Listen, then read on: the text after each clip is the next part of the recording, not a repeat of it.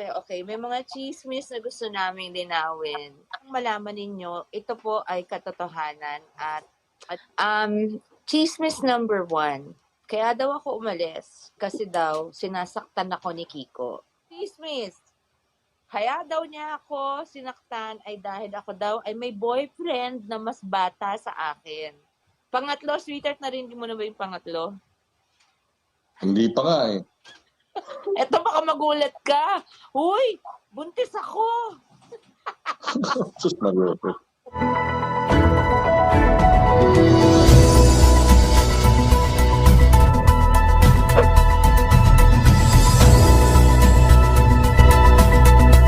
Let's go mga kachika, samahan niyo ko sa bagong showbiz updates, at kung bago ka sa aking channel maari lamang mag-subscribe ka muna, salamat. My husband.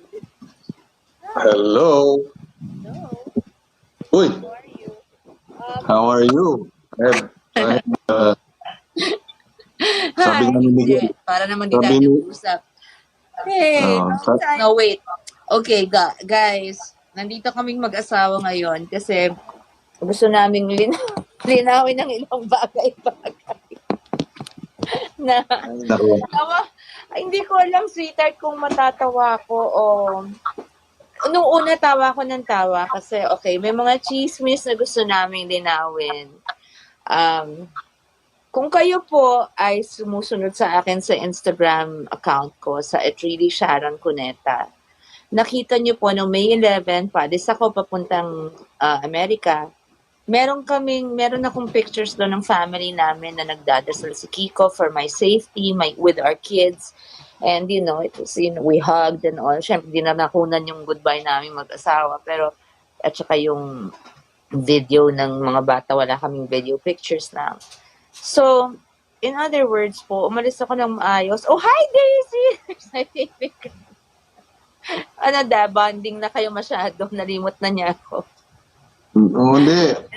Pagka wala Reyna. ka, ako ang ayaw kong Boss. iwanan. Oo. Daisy! Hey, Day, where's Mama? Where's Mommy?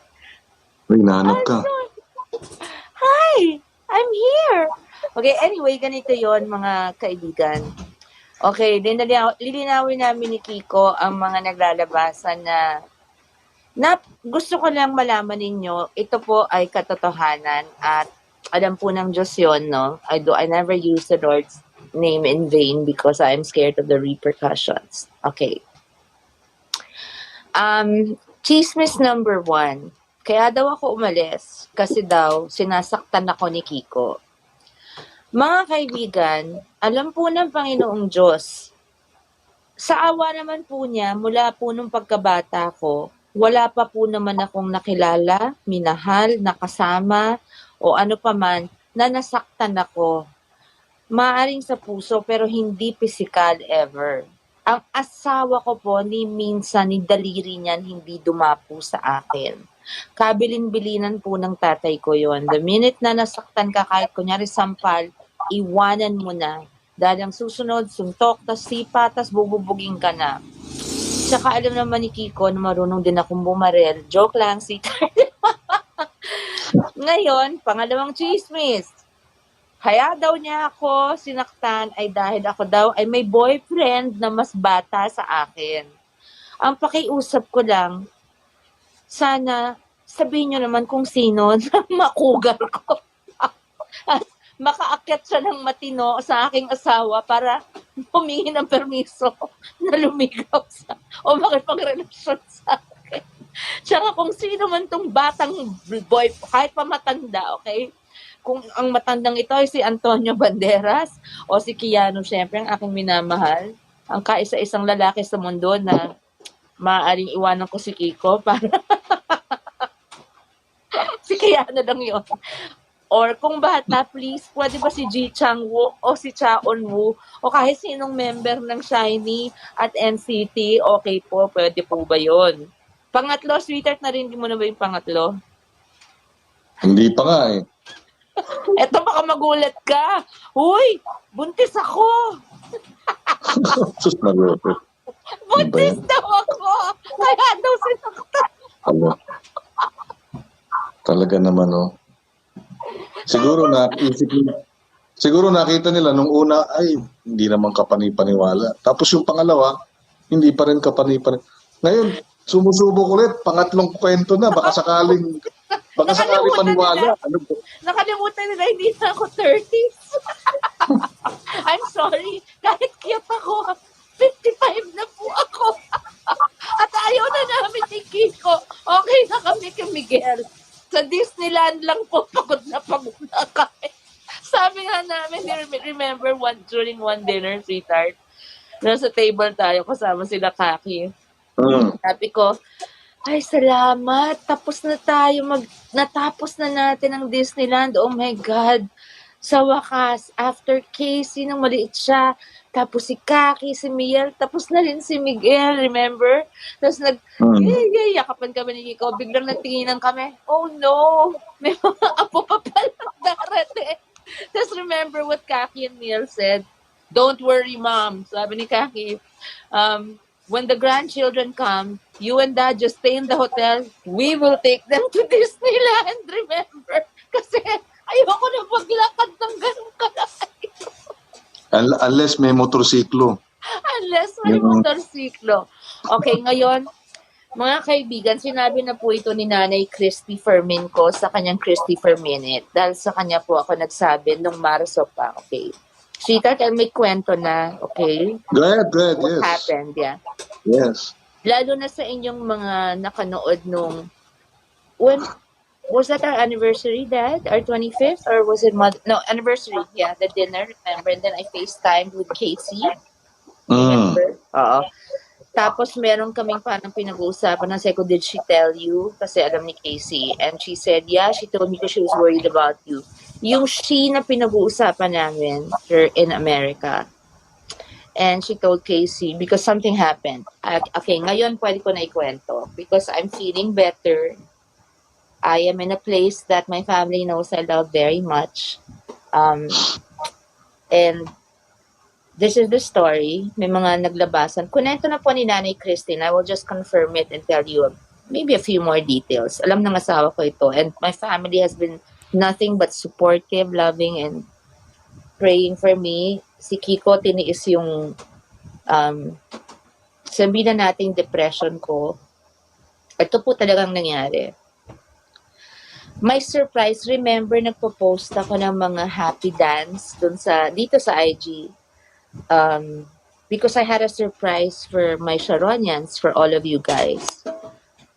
My big surprise was that I was coming to Hollywood to do my first Hollywood film, not for any platform, not for Netflix, not for any platform, but for cinematic release with premieres all over, produced by Dan Lin, who made Aladdin, and the Amblin partner, and the big boss, the one and only Steven Spielberg. The very first all-Filipino cast na I was so honored to have been chosen to be part of. At ang lead star po nito ay si Jokoy, ang ating one and only, our very own Jokoy. Now, Jokoy was the one that handpicked me to be in his movie. He suggested to the producers that pinag-usapan ako, kunento niya ako. And then I had several Zoom meetings already with the producer. The casting directors, the director, our director Jay, and then later on with Joe. I read for the role, kasi dalawa lamang, aside from Jokoy, dalaw lang ang lead roles na parehong babae. Kasi it's loosely based on his life. So, kasi komedyante siya, alam ng mga tao yung lagi he would talk about his mom sa kanyang post sa Netflix, right? So, anyway, so one of the two female lead roles was the role of his mom and the role of his mom's sister, yung tita niya, who was actually the one who was very supportive of Jokoy becoming a comedian and pursuing a comedic career, a career in comedy. And very close siya doon, si Tita Teresa niya. Anong nangyari po, I'll say it na as it is, Dada, kasi it's finished na naman. Yung kinikwento ni Nanay Christy na isang dokumento, ganito yon. Dapat umalis ako ng May 18 to fly to LA, and the very next day, fly to Canada kung saan ang shooting. Sa Canada, may 2-week quarantine. At ang umpisa ng shooting namin ay dapat May 3, I think, or something. Now, in Hollywood, it's very different because napaka-efficient ng kanilang pagtrabaho na nakaschedule na yung buong shooting. Every single day of the filming was scheduled. I'm of course, permits for locations were already gotten and confirmed. And because Jokoy has to stick to this tight schedule since he's going to have a very long and very big tour. Kumbaga sa concert tour, siya yung kanyang stand-up comedy act, itutour niya. So, kailangan matapos yung movie in time, which was supposed to be end of June. Okay, ang nangyari po sa akin is, they swabbed me. Dapat kasi kung sasakay ka ng eroplano before leaving the Philippines. And I could leave because I am a U.S. immigrant. I'm a legal resident here. Si Kiko never yan magiging residente ng kahit ibang bansa, kahit anong bansa, dahil kahit nung nasa Boston kami at nabuntis ako, doon gusto niya umuwi ako para mag-anak. Pero nakakaintindihan kami ng asawa ko. Yung asawa ko supportive yan, kahit nasa amin ni Keanu, supportive siya. Pero hindi pa naman ako titira dito. Marami na akong ginagawa. Ikwento ko sa inyo. Ito lang. So, what happened was, before you get on a flight, of course, you have to get a PCR test, a COVID test, about, what is it, like at least 3 days before your flight. So I was flying out May 18. On May 16, I got swabbed by one laboratory that I cannot find it in my heart to forgive. I'm sorry, I won't mention it. Because on May 17, I was leaving on the 18th, remember. On May 17, I was waiting for my results, and I had a Zoom meeting with our, travel coordinator. You see, these big productions have a travel coordinator. They have lahat may coordinators and for everything. So everything, Eugene, one of the actors in Joe Koy's movie, was also in that Zoom meeting. Our travel coordinator was in that Zoom meeting. My assistant, Penny, was in that Zoom meeting. Peachy was in that Zoom meeting because Peachy was coming to be my assistant.